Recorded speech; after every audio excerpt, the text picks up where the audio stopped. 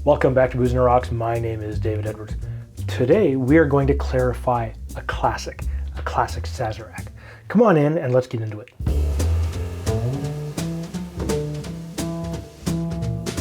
All right, it's great to have every single one of you back here today. I'm taking a stab at an old classic. That's right, I'm working on a Sazerac. Now, I've already made a Sazerac with rye and with cognac as per the original ingredients, and I did a comparison of the two, and I'll put a link right here to that one. And I'll do that down in the description below just so that you can see that video. However, I was asked if I could clarify it. And it took me a moment, and I said, let me wrap my head around it because I'm not sure. And I thought about it for 2-3 weeks, and here I am, and I was thinking, you know what? Let's do it. We can clarify one right here on camera and see how it turns out. Will we like it? I don't know. Will you like it? That's a good question. You'll have to tell me when we're all done. So let's get into it. The first thing you need to do is grab your shaking glass. And you don't really have to shake this. However, I have a plan. Now this is a simple 3-ingredient cocktail. And our first ingredient comes with sugar cubes. Now the recipe calls for 1. I'm going to double this recipe up. So we're going to use 2 sugar cubes. The next thing we'll use is some Peychaud bitters. And you would normally use 3 dashes, but in this case, we're going to use 6.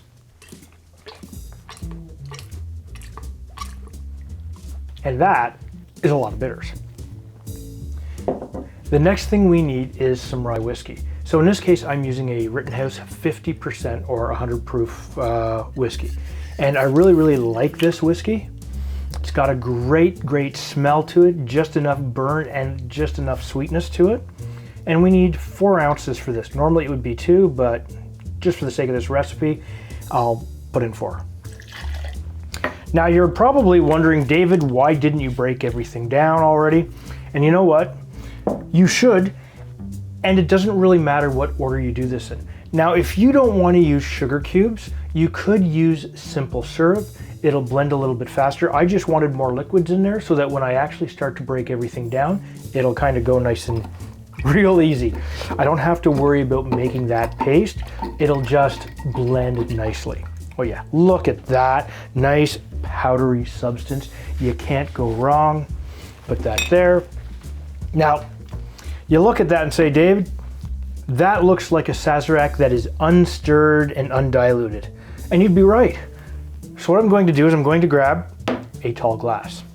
And the reason I'm grabbing a tall glass is just so that you can see what happens.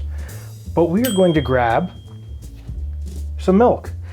And the standard for milk clarification is approximately 4:1. So 4 ounces of the fluid that you want to clarify versus 1 ounce of your dairy. In this case, I'm using a 2% milk. You could choose a 3% or a heavier fat.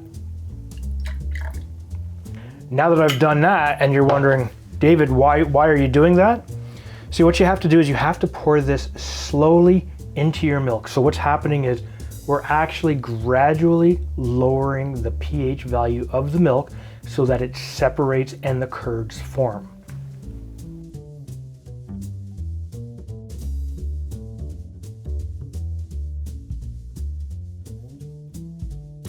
And now that that is happening nicely, I'll put this over here because we don't need this anymore. Grab your spoon because you just want to give it a little bit of a stir. And just let it sit for a moment. And you're going to look at that and say, oh, that is not appealing.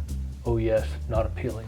Actually, you know what? I have a lot more I could say, but I just choose not to. Anyways, you don't need that anymore. Move your glass off to the side. While we prep the next bit, it will continue to separate. And this is the curds separating away from the casein. Grab your next glass because you need another glass.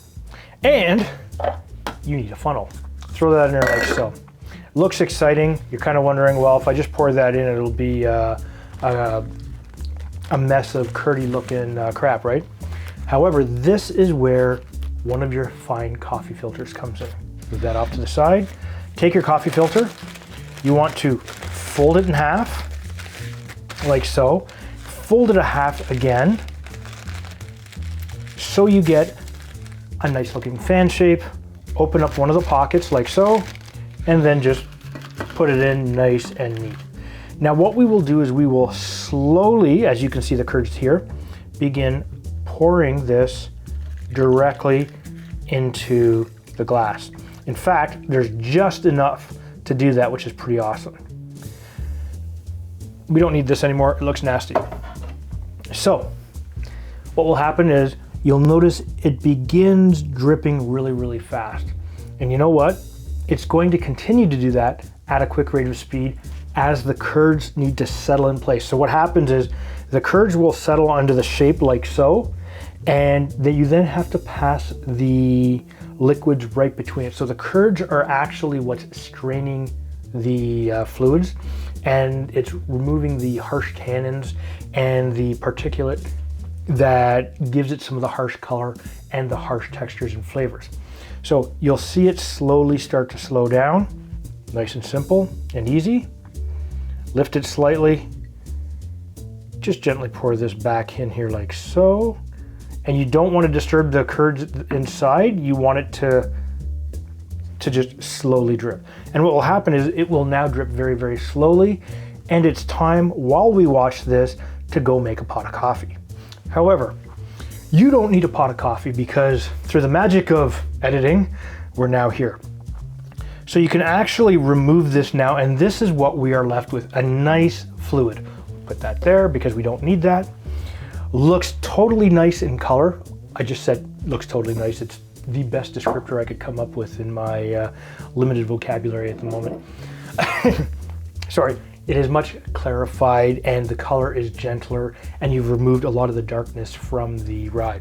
So the next thing you'll do is grab this. This is your stirring glass. Now a Sazerac should be stirred, and because this has been sitting for upwards of a half hour to 45 minutes, it's going to be warm room temperature, and you don't really want to drink a warm cocktail. So we'll grab some ice.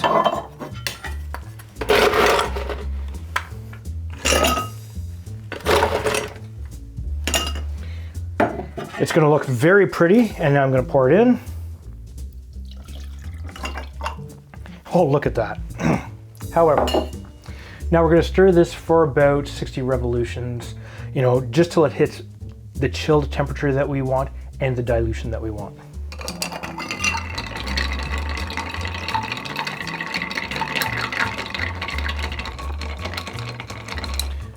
Oh, look at that. Oh yeah. Move this out of the way. Now, grab your glass of choice. I'm going to do this in a rocks glass, mostly because I have enough fluid here and I want a nice, good, solid drink. However, the original Sazerac requires a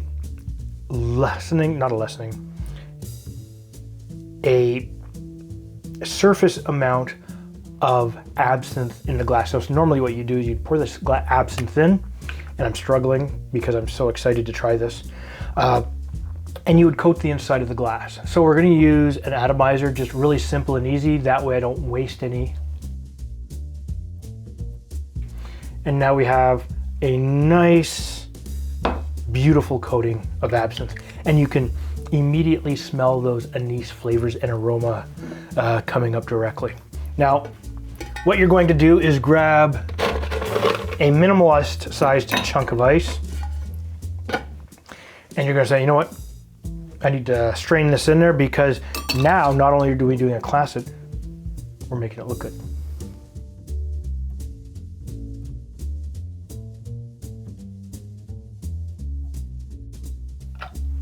Look at that. Absolutely gorgeous. But wait, now we have to garnish it. Grab your lemon. And what we're going to do is we're just going to give it a swath just over top of the Sazerac here. Give it a bit of a spritz, express the oils in there, rub this down slightly, slide that in like so, and here you go, a clarified Sazerac. Look at that. Oh, that's just gorgeous. Now I made the choice to put the rinse of what?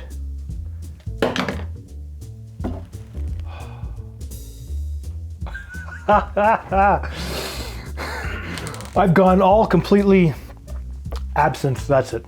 The rinse of absinthe in this.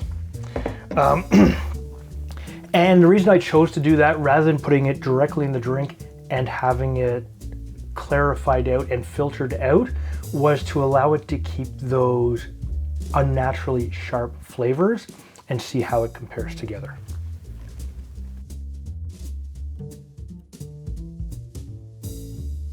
Oh, that is good. You can taste more of the rye actually. It comes through cleaner.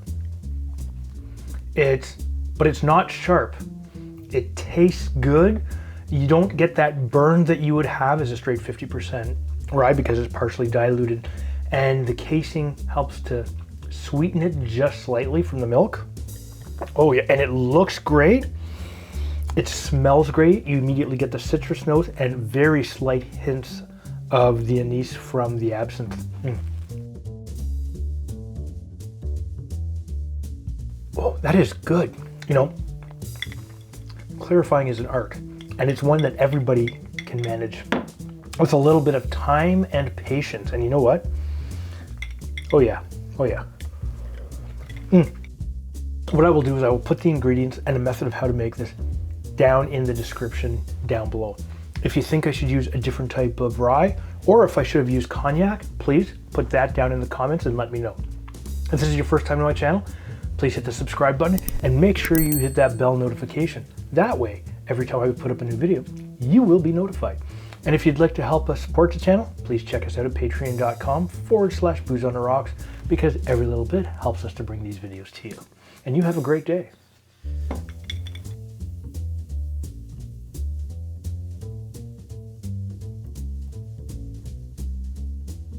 Take one with sound.